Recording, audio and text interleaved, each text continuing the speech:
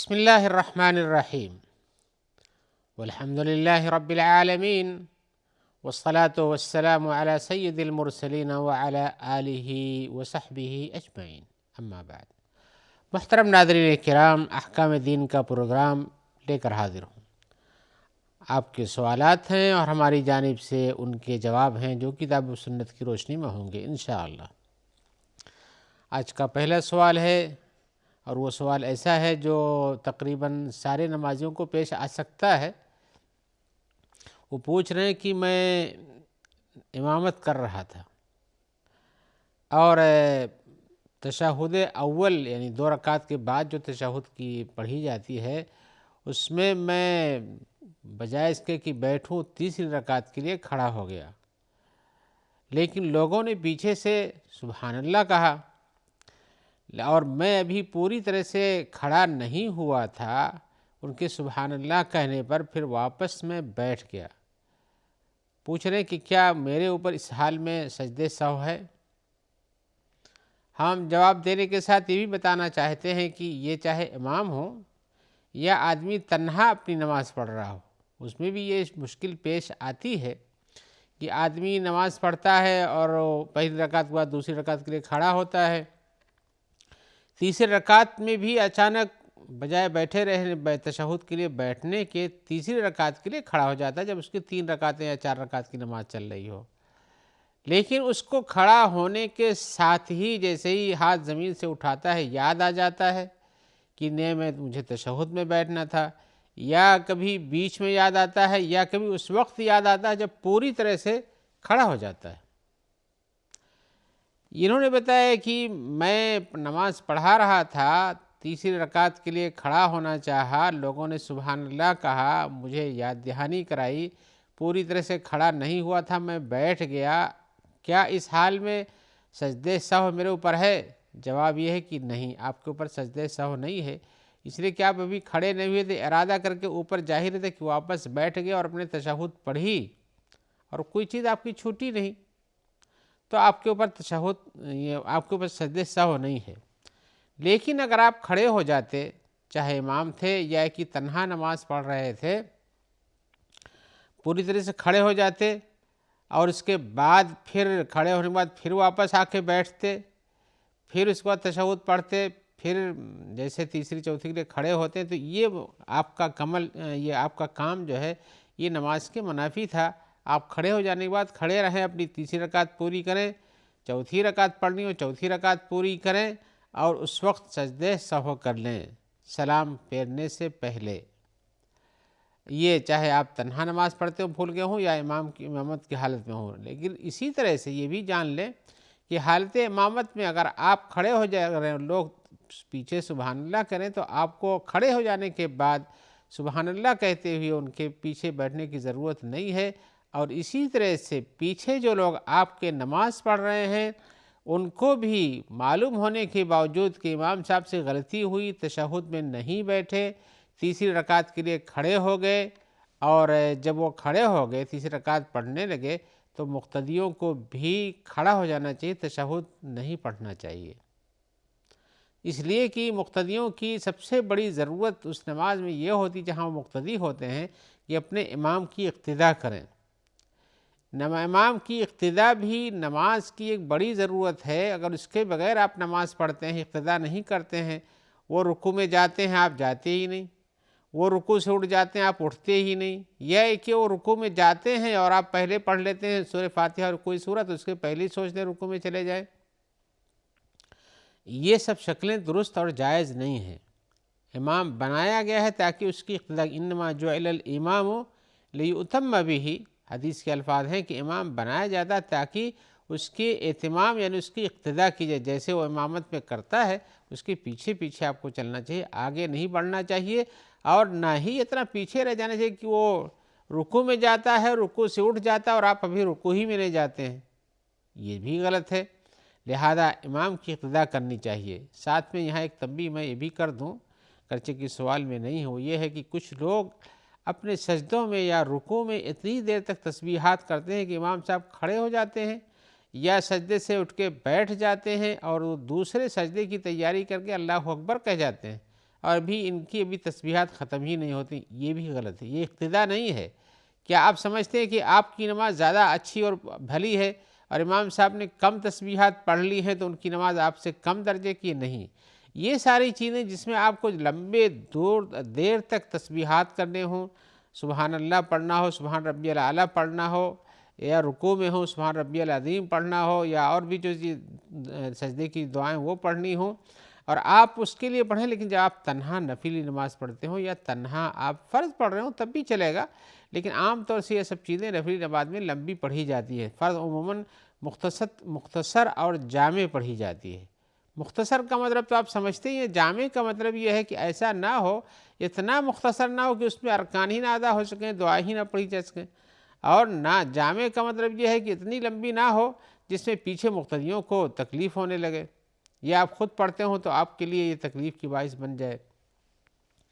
لہذا مختصر جامع نماز پڑھیے، جیسا کہ حضرت انس بن مالک نے ایک بار رسول اللہ صلی اللہ علیہ وسلم کی نماز کی نقل بتائی، بلکہ یہ کسی کو نماز پڑھاتے دیکھا تو آپ نے کہا کہ اللہ کے رسول ایسے ہی نماز پڑھتے تھے، مختصر اور جامع پڑھتے تھے۔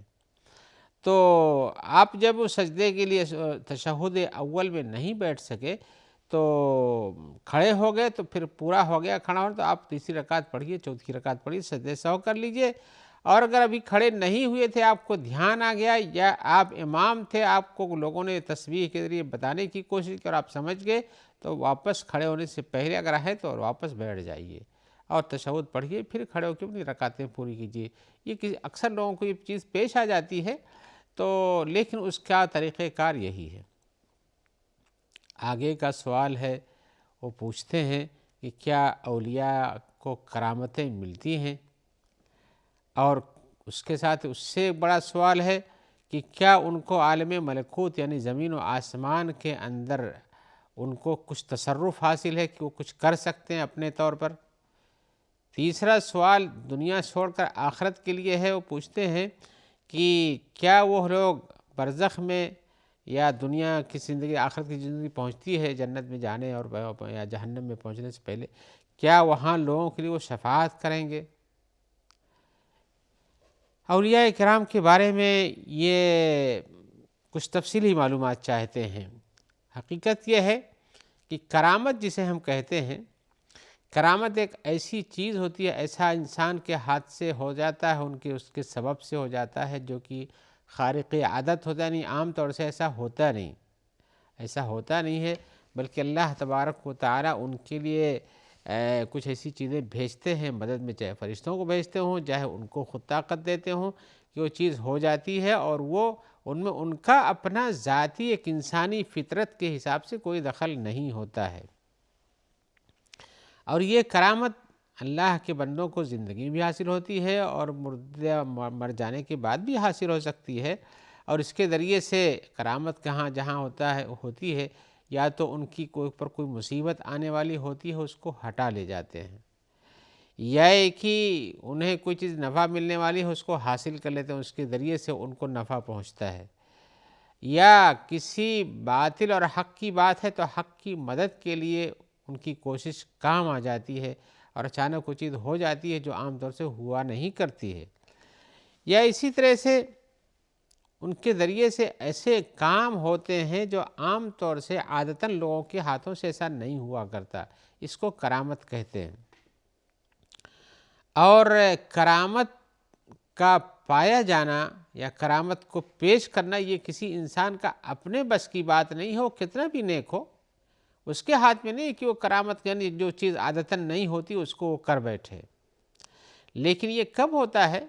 جب اللہ تعالیٰ چاہتے ہیں، حتیٰ کہ اس چیز میں کہ انبیاء بھی اپنے طور پر وہ چیز جو عادتاً نہیں ہوتی اس کو اپنے ہاتھوں سے یوں کر کے نہیں دکھا سکتے جب تک کہ اللہ کی مدد اس میں نہ ہو اور اللہ کی طرف سے ان کو نہ دیا جائے۔ اسی لیے کرامت کہتے ہیں، یہ اللہ کی جانب سے یہ تکریم حاصل ہوتی ہے، ان کو اپنی جانب سے نہیں ہوتی ہے۔ تو آئیے سلسلہ اللہ کے کتاب سے بھی دلیل دیتے ہوئے کہتے ہیں، اللہ تعالیٰ فرماتے ہیں قالوا لولا انزل علیہ آیات من ربہ قل انما الآیات عند اللہ وانما انا نذیر مبین۔ نبی کو حکم دیا گیا کہ کہو، کہ ان سے مطالبہ کیا لوگوں نے کہ آپ یہ معجزہ لاؤ اور وہ معجزہ لے کر آؤ، اور وہ ایسا کر دو تو ہم مان جائیں گے، ایسا کر دو تو ہم مان جائیں گے۔ تو تو آپ کہہ دیجئے کہ وہ کہتے ہیں کہ اللہ کی جانب سے پر کچھ نشانیاں، کچھ آیتیں کیوں نہیں اتر جاتی ان نشانیوں کے ذریعے سے، جس سے پتہ چلے اس نشانی کی بنیاد پر کہ واقعی یہ صاحب کرامت اور صاحب معجزہ ہے۔ قل انما الآیات عند اللہ، کہہ دیجئے کہ نشانیاں اللہ کے پاس سے ہوتی ہیں۔ وَإِنَّمَا أَنَا نَذِيرٌ مُّبِينٌ، اور میں تو کھلم کھلا صرف تمہیں غلط چیزوں سے بچانے والا اور نیکی طرف ہدایت دینے والا ہوں، ڈراتا ہوں کہ اللہ کے عذاب میں نہ پڑو۔ تو یہاں تو صراح سے کہا گیا ہے کہ کرامت حاصل ہوتی ہے جب اللہ تعالیٰ دیتے ہیں۔ رہ گئی آپ نے جو بات پوچھی ہے کہ کیا عالم ملکوت زمین و آسمان میں ان کے کچھ تصرفات بھی ہیں، وہ کچھ جو چاہیں کر لیتے ہیں، تو حقیقت یہ ہے کہ کسی بھی انسان کے لیے یہ چیز ممکن نہیں ہے کہ اپنے سے کوئی زمین و آسمان میں تصرف کر لے جب تک کہ اس کے لیے اللہ تعالیٰ اسباب نہ پیدا کر دیں۔ اللہ تعالیٰ ہی اسباب پیدا کرتے ہیں تب انسان ایسا کر پاتا ہے، ورنہ انسان کے بس میں وہ چیز نہیں ہوتی کرامات والی۔ لیکن جو لوگ جیسے ہم بناتے ہیں، بلڈنگ بناتے ہیں، زمین جوتتے ہیں، کلہ پیدا کرتے ہیں، اس کے اسباب ہیں، اس کو ہم اختیار کرتے ہیں تو ہو جاتے ہیں۔ یہ انسانوں کے کام ہوں گے، لیکن وہ کام جو کہ انسان کے عمومی طور پر عادتاً وہ کام نہیں ہوتے۔ عادتاً انسان زمین جوتتا ہے، اس میں غلہ ڈالتا ہے، اس سے پودا نکلتا ہے، بڑا ہوتا ہے، پر وہ دانے دیتا ہے، پھر وہ توڑتا ہے، اس کو کھاتا ہے، پیستا ہے، کیسے بھی ہوتا ہے۔ اور اسی طرح سے کوئی چیز بناتا ہے، اس کو دوڑاتا ہے، اس میں پٹرول ڈالتا ہے، چلتی ہے۔ لیکن یہ انسانی کاموں کی چیز ہے، لیکن وہ چیز جو انسانی کاموں میں سے اچانک ایسے نہ ہوتی ہو، اسی کو کرامت کہتے ہیں۔ تو ایسی وہ کچھ تصرف نہیں کرتے کہ ہاں چاہیں تو سورج کو ادھر گھما دیں اور چاہیں تو اس کو ایسا کر دیں، ایسا کچھ نہیں ہے۔ اور ایسے ہی جو لوگ یہ سوچتے ہوں کہ وہ برزخ میں بھی کام آئیں گے، جیسا کہ آپ سنتے ہوں گے اور جانتے ہیں، بہت سے لوگ کہتے ہیں کہ ہم تو دامن پکڑ کر مچل جائیں گے اور بہت ساری چیزیں ہیں اور ان کے ہاتھ سے ایسا ہوگا اور وہ ایسا کریں گے، ہمارے لیے ایسا کریں گے، وہ ایسا کریں گے۔ یہ سارے لوگوں کے اوہام ہیں اور یہ خالی لوگوں کے ہاں اپنا ایک لوگوں نے دھوکہ دے رکھا ہے۔ حقیقت یہ ہے کہ اللہ تعالیٰ فرماتے ہیں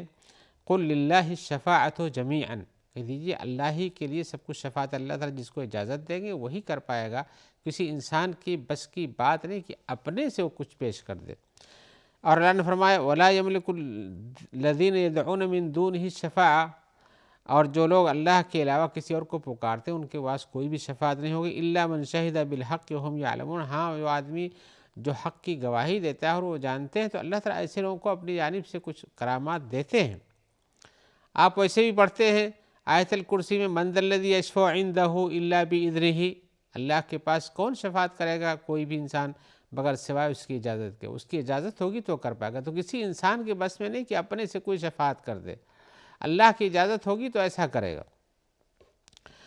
اور مزید یہ بھی بتا دوں کہ جس کا اعتقاد یہ ہو کہ زمین و آسمان میں فلاں ولی، بزرگ، نبی وغیرہ کے ذاتی تصرفات ہیں، وہ چاہیں تو ایسا کر دیں، وہ چاہیں تو ایسا، جیسے لوگ کہتے ہیں اور اسی پر اعتقاد کرتے ہوئے ان کے لیے نظر و نیاز مانگتے ہیں اور اسی طرح سے ان کے سجدے کرتے ہیں، یہ ساری چیزیں غلط ہیں، یہ کفر تک لے جانے والی چیزیں ہیں۔ اللہ تعالیٰ فرماتے ہیں للہ ملک السماوات والارض، اللہ ہی کے لیے زمین و آسمان کی بادشاہت ہے، ومن فیہن، اور جو کچھ اس میں وہ سب اللہ کے لیے ہیں، وہو علی کل شیء، اور وہ ہر چیز پر قادر ہے، یعنی گویا کہ اور دوسرے لوگ اس پر قدرت نہیں رکھتے ہیں۔ اللہ کا اور فرمان ہے قل لا یعلم من فی السماوات والارض الغیب الا اللہ، کہہ دیجئے زمین و آسمان میں جو بھی ہیں وہ غیب کو اللہ کے علاوہ اور کوئی دوسرا نہیں جانتا ہے۔ اللہ کا فرمان یہ بھی ہے قل لا املک لنفسی نفعا ولا ضرا، نبی کو کہا گیا کہہ دیجئے لا املک لنفسی، میں اپنے لیے نہیں مالک ہوں کسی چیز کا، نہ نفع کا اور نہ نقصان کا، الا ما شاء اللہ، سوائے اس کے کہ اللہ تعالیٰ جو چاہیں وہ عطا کر دے۔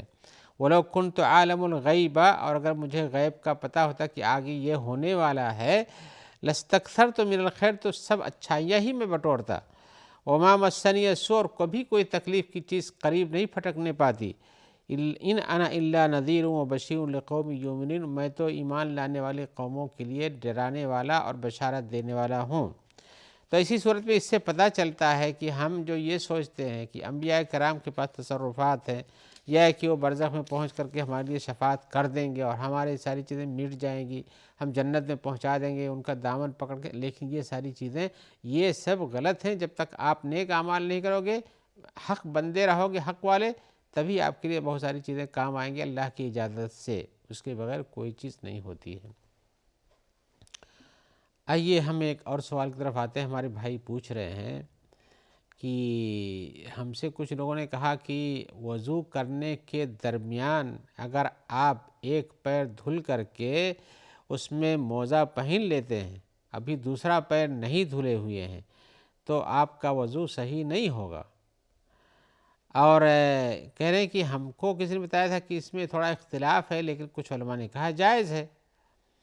تو کیا اس کے لیے کوئی دلیل ہے کہ ایک پیر دھل کر کے موزہ پہن لینے کے بعد دوسرا پیر دھلے پھر موزہ پہن لے اور اس کا وضو صحیح ہو؟ تو ہم یہ کہیں گے کہ دیکھیے، حقیقت یہ ہے